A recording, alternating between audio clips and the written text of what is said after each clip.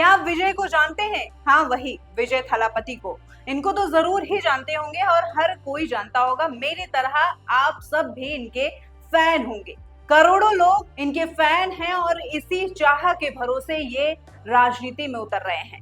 लेकिन हर बार हर हीरो उतरता तो है मैदान पर, लेकिन वो जीत नहीं पाता है।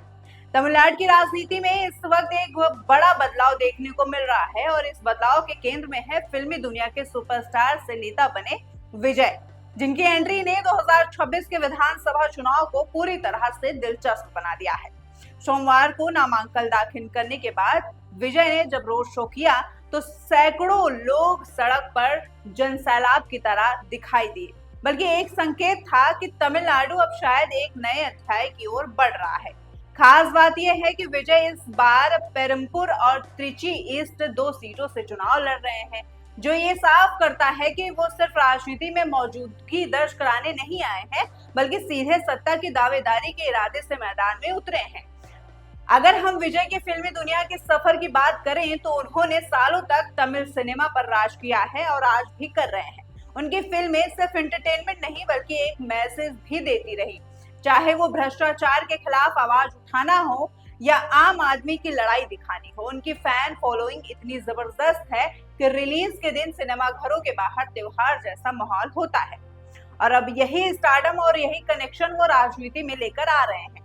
उनकी पार्टी टीवीके ने इस बार तमिलनाडु की सभी 234 सीटों पर उम्मीदवार उतारकर साफ कर दिया है कि ये कोई छोटा प्रयोग नहीं है, बल्कि पूरी ताकत के साथ मैदान में उतरने की तैयारी है। पार्टी के नेताओं का दावा है कि विजय अब एक ऐसे नेता के रूप में उभर रहे हैं जो राज्य को नई दिशा दे सकते हैं। उनका फोकस साफ है, महिलाओं की सुरक्षा, युवाओं को रोजगार और एक पारदर्शी सरकार।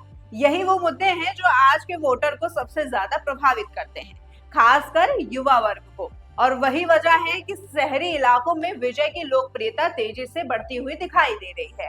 उनके रोड शो में उमड़ रही भीड़ और युवाओं का उत्साह इस बात का इशारा कर रहा है कि जनता शायद अब बदलाव चाहती है और मन से चाहती है। अब सवाल उठता है कि क्या विजय की एंट्री तमिलनाडु की पारंपरिक राजनीति को बदल पाएगी, क्योंकि अब तक यहाँ की राजनीति मुख्य रूप से टीएमके और एआईएडीएमके के इर्द गिर्द घूमती रही है। लेकिन इस बार समीकरण बदलते नजर आ रहे हैं। अगर विजय युवाओं को और पहली बार वोट देने वालों को अपने साथ जोड़ने में सफल होते हैं तो ये चुनाव सीधा त्रिकोणीय मुकाबला बन सकता है और यही इस चुनाव को सबसे ज्यादा दिलचस्प भी बनाता है। विजय का 2 सीटों से चुनाव लड़ना भी चर्चा में है, लेकिन पार्टी इसे एक सामान्य रणनीतिक बता रही है। इतिहास में कई बड़े नेताओं ने ऐसा किया और इसे जीत सुनिश्चित करने की रणनीतिक के तौर पर देखा जाता है। लेकिन असली परीक्षा अब 23 अप्रैल को होने वाले मतदान में होगी और 4 मई को आने वाले नतीजे में तय करेंगे कि क्या एक सुपरस्टार का स्टारडम उसे सत्ता की कुर्सी तक पहुंचा पाएगा या नहीं। फिलहाल इतना जरूर कहा जा सकता है कि तमिलनाडु का ये चुनाव सिर्फ सत्ता परिवर्तन का नहीं, बल्कि एक नए चेहरे, एक नई सोच और एक नए नेतृत्व के उभार का चुनाव बन चुका है। और इस कहानी का सबसे बड़ा किरदार विजय, जिन पर अब पूरे देश की नजर टिकी हुई है। फिलहाल के लिए इस वीडियो में इतना ही। मिलते हैं आपसे अगली वीडियो में, तब तक के लिए आप देख रहे हैं यूपी 24 नेटवर्क ग्लोबल। मैं हूं अंजलि त्रिपाठी।